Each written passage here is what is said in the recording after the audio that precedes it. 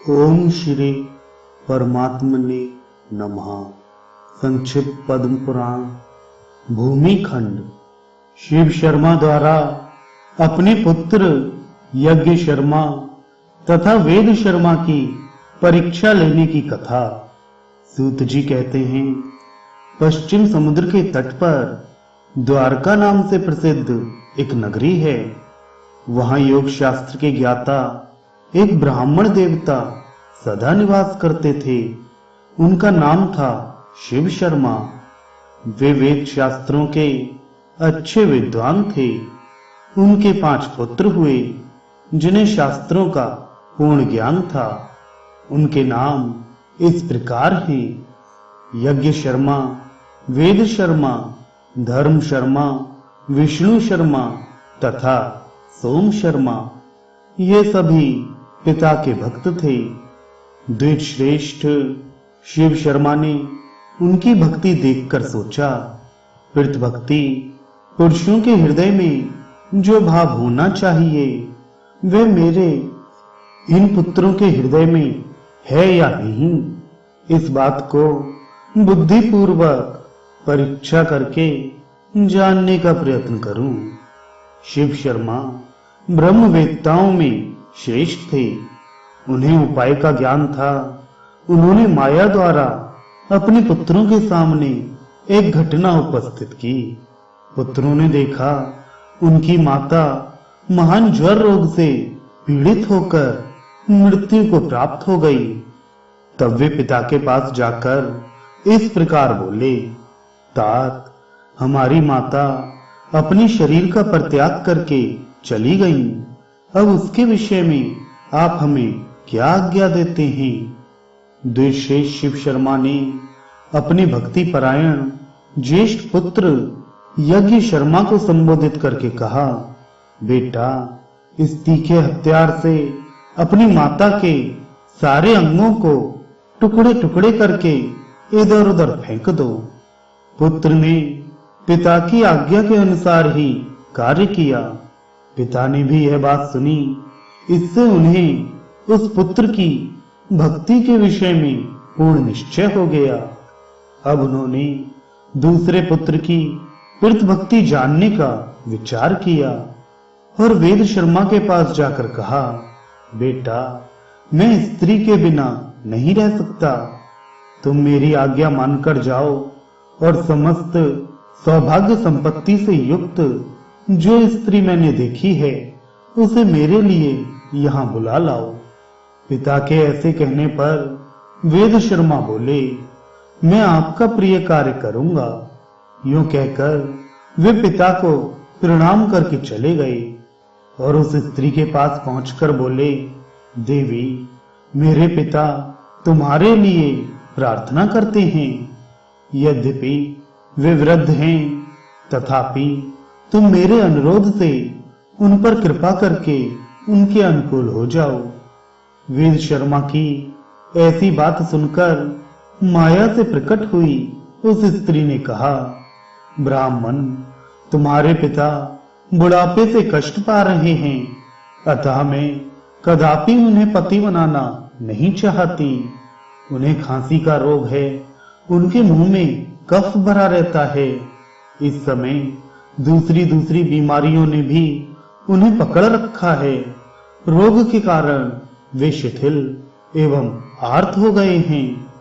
अतः मुझे उनका समागम नहीं चाहिए। मैं तुम्हारे साथ रमण करना चाहती हूँ। तुम्हारा प्रिय कार्य करूंगी।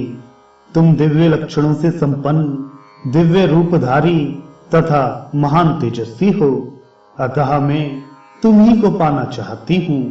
मानद, उस बूढ़े को लेकर क्या करोगे?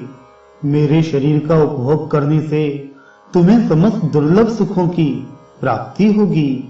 विप्रवर, तुम्हें जिस जिस वस्तु की इच्छा होगी वह सब ला दूंगी, इसमें तनिक भी संदेह नहीं।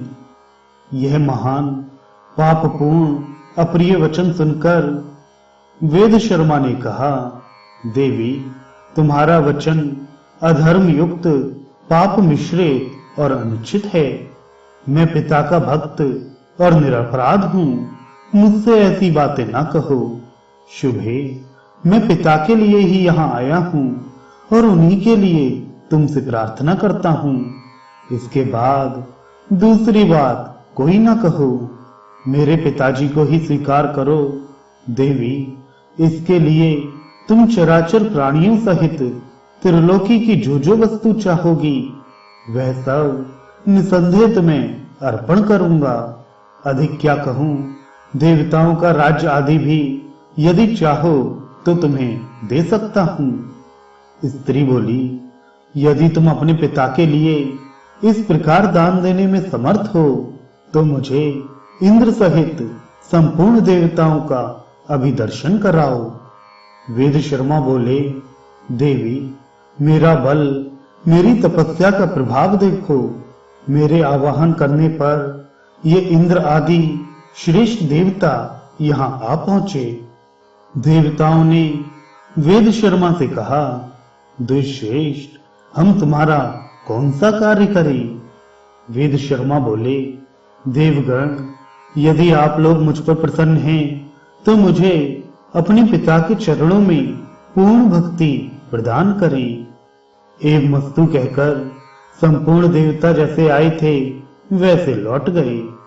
तब उस स्त्री ने हर्ष में भरकर कहा, तुम्हारी तपस्या का बल देख लिया। देवताओं से मुझे कोई काम नहीं है। यदि तुम मुझे मुंह मांगी वस्तु देना चाहते हो और अपने पिता के लिए मुझे ले जाना चाहते हो तो अपना सिर अपने ही हाथों से काटकर मुझे अर्पण कर दो। वेद शर्मा ने कहा, देवी, आज मैं धन्य हो गया। शुभे, मैं पिता के लिए अपना मस्तक भी दे दूंगा। ले लो, ले लो। यह कहकर द्विजश्रेष्ठ वेद शर्मा ने तीखी धार वाली तेज तलवार उठाई और हंसते हंसते अपना मस्तक काटकर उस स्त्री को दे दिया। खून में डूबे हुए उस मस्तक को लेकर वह शिव शर्मा के पास गई। स्त्री ने कहा, विप्रवर, तुम्हारे पुत्र वेद शर्मा ने मुझे तुम्हारी सेवा के लिए यहाँ भेजा है। यह उनका मस्तक है, इसे ग्रहण करो। इसको उन्होंने अपने हाथ से काट कर दिया है। उस मस्तक को देखकर वेद शर्मा के चारों भाई कांप उठे। उन पुण्यात्मा बंधुओं में इस प्रकार बात होने लगी, अहो, धर्म ही जिसका सर्वस्व था वह हमारी माता सत्य समाधि के द्वारा मृत्यु को प्राप्त हो गई। हम लोगों में वेद शर्मा ही परम सौभाग्यशाली थे जिन्होंने पिता के लिए प्राण दे दिए। ये धन्य तो थे ही और अधिक धन्य हो गए। शिव शर्मा ने उस स्त्री की बात सुनकर जान लिया कि वेद शर्मा पूर्ण भक्त था। तत्पश्चात उन्होंने अपने तृतीय पुत्र धर्म शर्मा से कहा, बेटा, यह अपने भाई का मस्तक लो और जिस प्रकार यह जी सके वह उपाय करो।